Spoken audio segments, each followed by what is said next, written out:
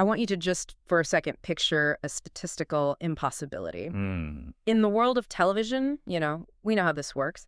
The laws of gravity, they usually apply. A show starts strong, great pilot. Right. But then, I don't know, by season 2, the writers get tired. By season 3, the budget gets a little tight. And by season 4, you're just running on fumes. You're running on fumes, rehashing old plots. That's the standard decay rate of a TV series. It's entropy. It happens to the best of them. I mean, even the giants, they eventually stumble or they just run out of things to say. But then you have the outliers. Yeah. The unicorns. We are looking at a show today that has defied that gravity in a way that, honestly, it doesn't even make sense. Right. It hasn't just maintained quality according to the critical consensus. It is literally perfect. We are talking a 100% score on Rotten Tomatoes. And just to be super clear for everyone, that isn't a cumulative score. No. That is a perfect 100% rating for 4 consecutive seasons. 4 seasons straight? I mean, that is a batting average that just shouldn't exist, especially not now, not in the modern streaming era. Mm-hmm. But here is where the story gets weird. And frankly, it gets a little bit unsettling if you care about how good art actually gets found. Oh, yeah. Because while the critics are screaming that this is a masterpiece, the audience, well, the data suggests the audience is kind of walking out of the room. It's actually worse than walking out. They're not even showing up in the first place. Right. We're seeing this massive divergence between quality, which is, like you said, going up, and popularity, which is crashing. So on this deep dive, we are unpacking the story of Dark Winds. Season 4 drops on Netflix tomorrow. And we have sort of a dual mission today. Mm-hmm.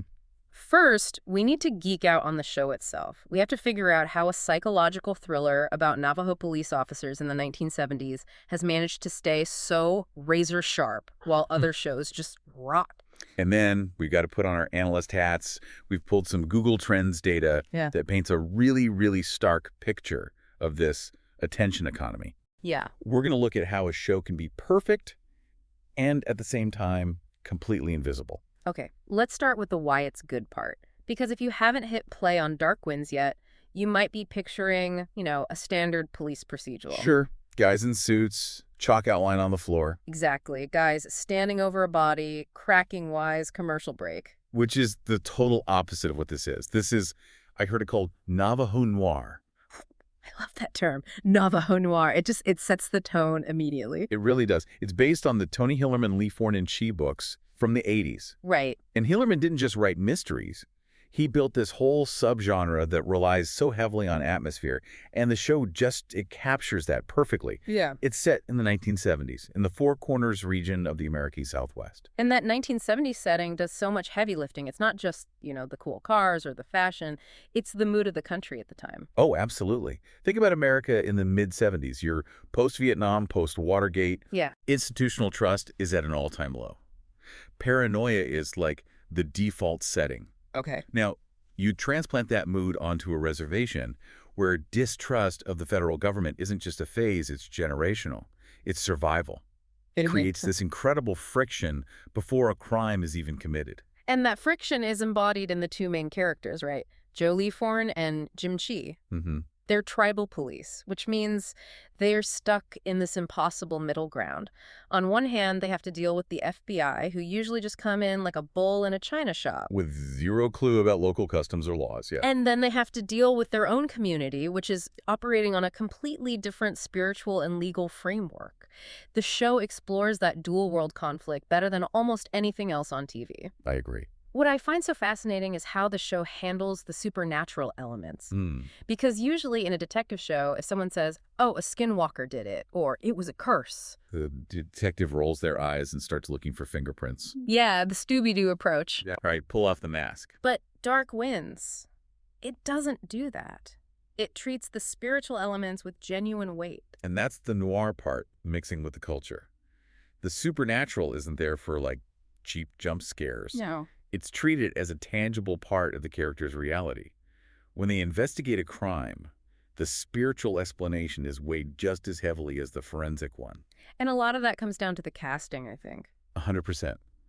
The showrunners made a very deliberate choice to cast almost entirely Native American actors. It makes such a huge difference. You might not see these actors on the cover of Vanity Fair every week, but the reviews, They consistently point to the ensemble as the anchor of the whole thing. It feels lived in. It feels authentic. It does. It creates a texture that you just can't fake.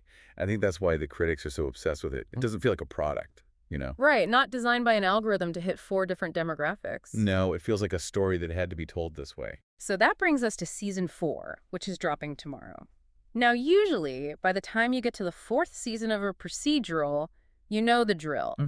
Stay in your lane. You stay in your lane, you keep doing the thing that worked for the first 3 years. But they are doing the complete opposite. They are blowing the scope of this thing wide open. They really are. This season is adapting Hillerman's 1984 book, The Ghost Way, and just the inciting incident alone tells you they're not playing it safe. Okay. It starts with a shootout at a laundromat. Which is such a great, gritty setting for an inciting incident. Right. Nothing glamorous ever happens in a laundromat. Exactly. It's loud, it's chaotic, it's messy.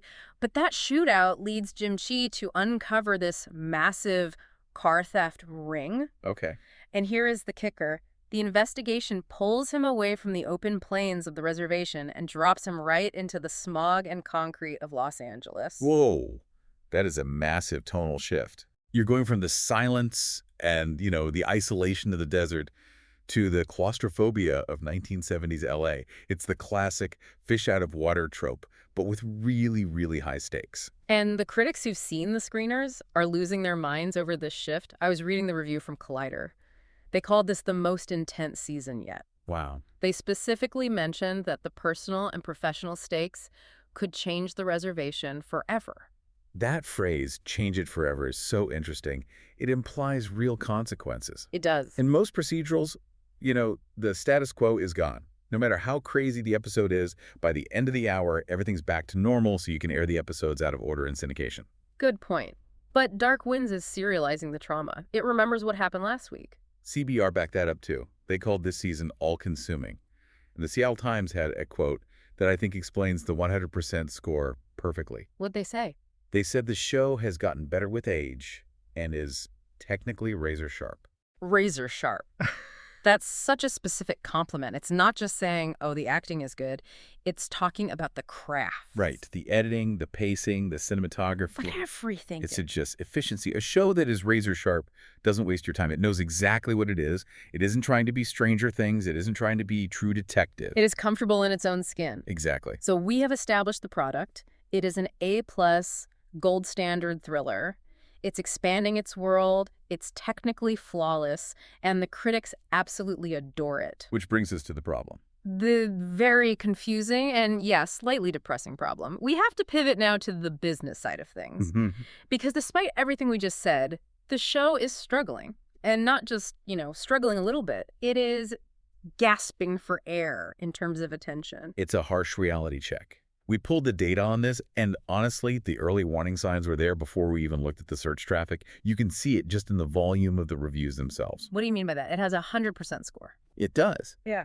But that perfect score was based on only 6 reviews filed on Rotten Tomatoes before the launch. 6. That's it. 6. That is an empty room.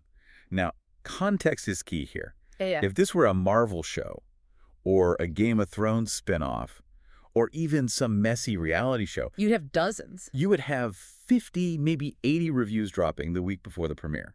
So the low number of reviews tells us that the media ecosystem itself is deprioritizing it. Editors aren't assigning the story. Critics aren't rushing to screen it because they know it's not going to drive clicks. Exactly. It's a vicious cycle. The outlets don't cover it because they think people don't care, so people don't hear about it. So they don't care. And we can see that lack of caring reflected in the listener data you pulled up. We're looking at Google Trends analysis here. Now, I want to make sure we explain this clearly because Google Trends can be a little abstract. Right. It doesn't tell us that, 10,000 people search for this. No, it doesn't give you raw numbers. It gives you an index. It's a normalized scale from 0 to 100. Yeah. So if you look at a specific time frame, a score of 100 represents the absolute peak popularity of that search term.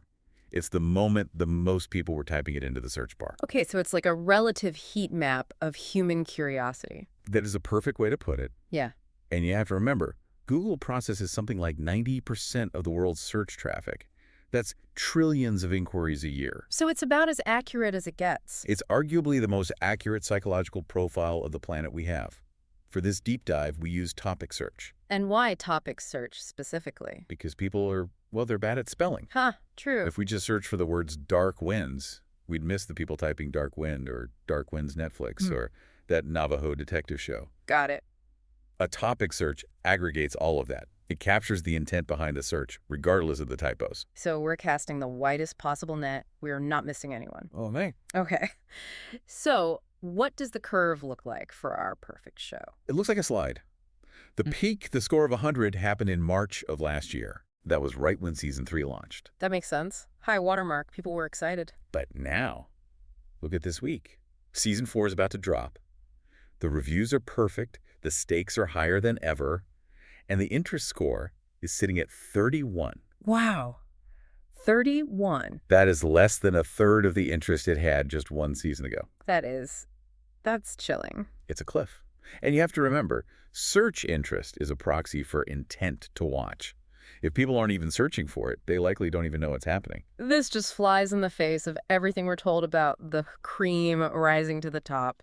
We always hear content is king.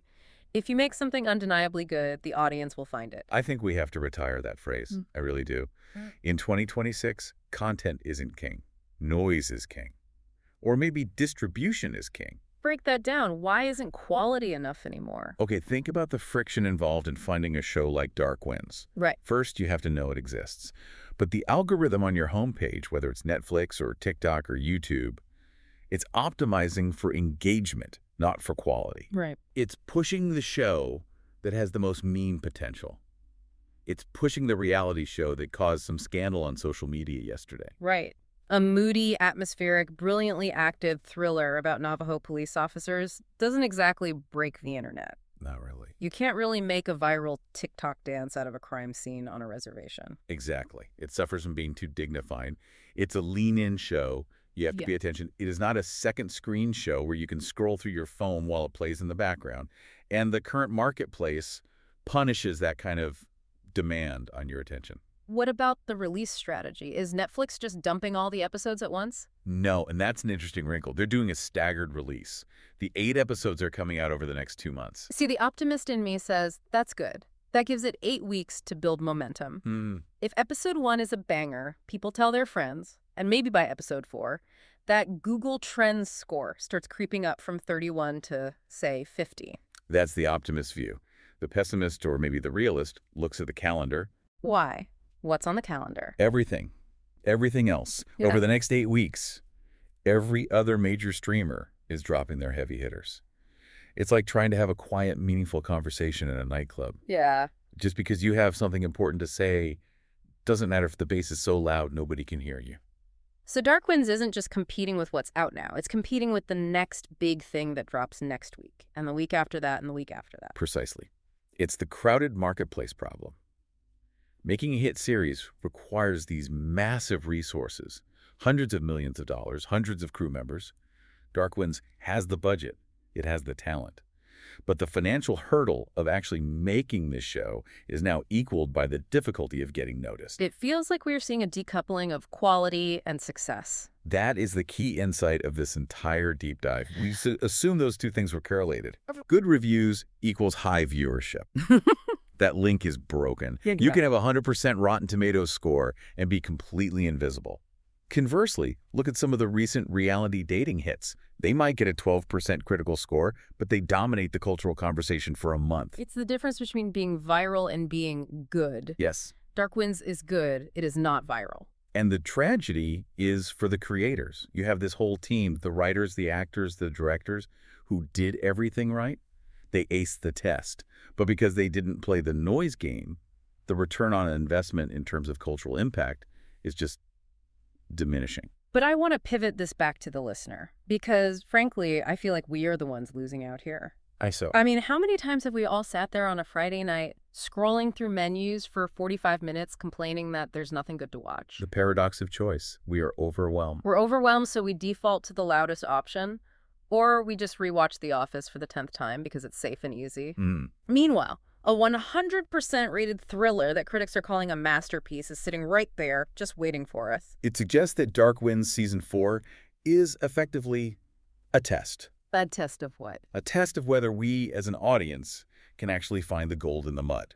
The show is offering everything we say we want. We Yeah. say we want original storytelling. We say we want underrepresented voices. We want high stakes and technical excellence. It's all there. So if we don't watch it, we kind of lose the right to complain about all the reboots and sequels, don't we? Pretty much. If we let the algorithm decide our taste for us, we are going to be fed a very specific and probably very bland diet. Algorithms like engagement. They don't really care about art. I want to leave everyone with a thought on this, and it's something to really mull over the next time you pick up your remote. Okay. We look at that Google Trends score dropping to 31 as a failure of marketing, or maybe a failure of the show. But I wonder, is it a failure of curiosity on our part? That's a tough question. Are we outsourcing our taste? Exactly. If a show maintains perfection for 4 years and we still don't look for it because it didn't pop up on our For You page, what else are we missing? What other masterpieces are sitting out there in the dark just waiting for someone to type the name into the search bar? The best show you've never seen is probably just one manual search away. That's the challenge for this week. Defy the algorithm. Go find the quiet 100% show. Go find your dark wins. That's it for this deep dive. Thanks for listening, and we'll catch you on the next one.